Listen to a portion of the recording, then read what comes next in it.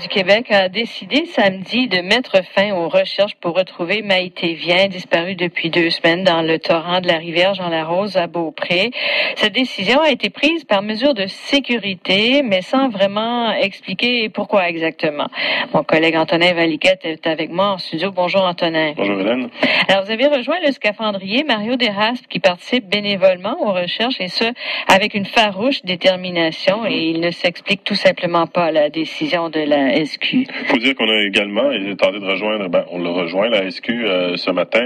La porte-parole, Mme Mathieu, le sergent Mathieu, nous a simplement refusé de commenter les motifs et les raisons pour lesquelles la décision a été prise de suspendre les recherches dans les bassins. Ce qu'on dit, c'est qu'on va continuer les recherches le long des berges. Cependant, on avait Hélène Nepton, la sergente de la SQ, responsable des communications, vendredi dernier, qui nous disait à quel point c'était peu probable qu'on retrouve Maïté Vien plus loin dans la rivière. Donc, en effet, on s'explique mal un peu la décision de la Sûreté du Québec qui évoque des raisons de sécurité. Cependant, selon Mario Desraspe, scaphandrier Madelino, sur les lieux qui participent aux recherches activement depuis plus d'une semaine, écoutez, les conditions étaient aussi sécuritaires jeudi et vendredi, des journées qui ont très bien été pour ce qui est des fouilles. On était aussi en sécurité. On était autant en sécurité ces journées-là que samedi. Donc, on s'explique mal un peu la décision. On peut entendre Mario Desraspe nous expliquer plus en détail. Vendredi, on a été là comme prévu. On a travaillé toute la journée. Ça s'est très bien déroulé.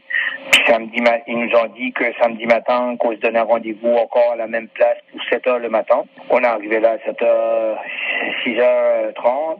Après ça, ça a commencé à perdre du temps. 8h, 8h15, j'ai été les rencontrer. Puis ils nous ont dit que les travaux étaient terminés. Question de sécurité. Nous autres, comme on disait, pourquoi question de sécurité? Ça faisait 2 jours qu'on travaillait, puis il y avait même un petit peu d'eau qui coulait.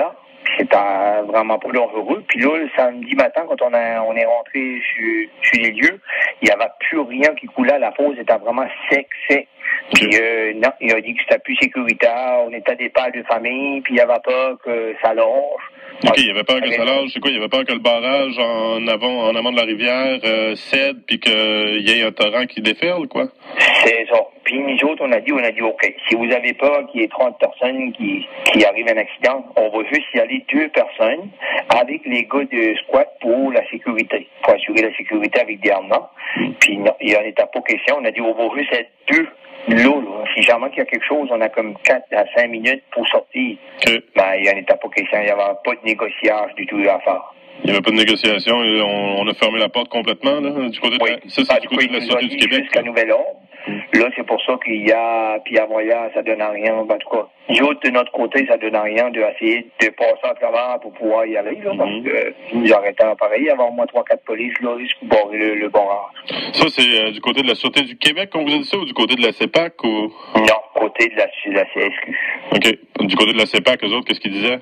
Eux autres, ils disaient qu'ils ne pouvaient pas comprendre pareil, que c'était pas une question monétaire à son temps, parce qu'ils avaient donné comme le feu vert pour pouvoir continuer les travaux pour essayer de la route. Vous qui êtes un plongeur d'expérience, etc., qui êtes sur les lieux depuis déjà plusieurs jours, vous comprenez pas cette décision-là? Pas vraiment, parce que là, c'est sûr qu'avec qui ont fait comme geste, ils ont retiré les pompes, ça coule un peu dans la rivière. Mais hier même, c'était encore, avec les vidéos que j'ai vues hier, là, c'était quand même encore bien à l'heure pour vérifier ce qu'on voulait vérifier de la fosse numéro 1 et du fini de la fosse numéro 2. Puis là, M. Desraspe, à un moment donné, depuis le temps que vous faites des recherches, j'imagine qu'à un moment donné, on parle pas d'un terrain de 20 000 hectares là, carrés. Là. On devait être à la fin de le trouver. Là. Nous autres, au début, de la manière que les recherches ont débuté, on a commencé par la fosse numéro 3 parce que il y a un témoin qui a dit qu'il avait entendu un gros impact tomber à l'eau. C'était vraiment, lui, ça tournait puis il a rien vu après. Après ça, la rivière, en descendant, on l'illuminait parce qu'il y a un barrage à Castor qui a à peu près comme 400 pieds d'auteur. Puis, quand ça m'a été, c'est arrivé l'accident, il y avait à peu près comme maximum 2 pieds d'eau. Elle n'a pas pu passer au travers du barrage à Castor, puis même en amont de ça, il y avait des arbres toutes qui touchent à la rivière, elle a sûrement agrippé quelque part chez un arbre. Puis après ça, on a tombé dans le bassin de la fosse numéro 2. La fosse numéro 2, là, le témoin qui nous disait qu'il se baignait à l'eau il y a 20 ans, il nous a décrit vraiment la fosse. Comment est-ce que c'était cette affaire. à notre grande surprise, quand on creusait, puis quand on creusait encore, c'était plus vraiment comme il avait dessiné. Ce qu'on s'en a aperçu, par contre, la fosse numéro 1, c'est vraiment comme il l'avait dessiné. Parce qu'il disait qu'il y avait une belle vue et tout au complet. La fosse numéro 1, c'est celle qui est en haut, là. La fosse numéro 1, c'est celle qui est en haut, là. Oui, vraiment. Où est-ce que c'est que Maïté a été vue pour la dernière fois? Okay. Parce que le vidéo, il montrait vraiment que Maïté était vraiment au milieu de la fosse. Mais il l'a jamais vu personne la descendre de la fosse. Okay. Puis, le 3/4 du corps est dans l'eau. Ça fait qu'automatiquement, il tient au-dessous de la pierre. Okay. Elle peut pas passer par-dessus la pierre. Donc, quand j'ai vu ça le vendredi soir à 10h, je parlais avec Simon et Lenty, ben, j'ai dit, mais attends, maman, je suis assuré qu'elle est là. C'est vraiment comme le témoin. Ça fait comment on a été voir le témoin. Puis là, le témoin, il dit, mais sais-tu que vous me mettez en doute? Je sais plus si c'est la première fosse ou la deuxième. OK. Ça veut dire que ce serait selon vous, elle serait dans la première fosse, coincée en dessous de l'eau, il y a un bord de roche. Dans mon expérience, c'est obligé qu'elle soit là. OK. Puis ça, vous avez dit ça à la Sûreté du Québec, ça, j'imagine?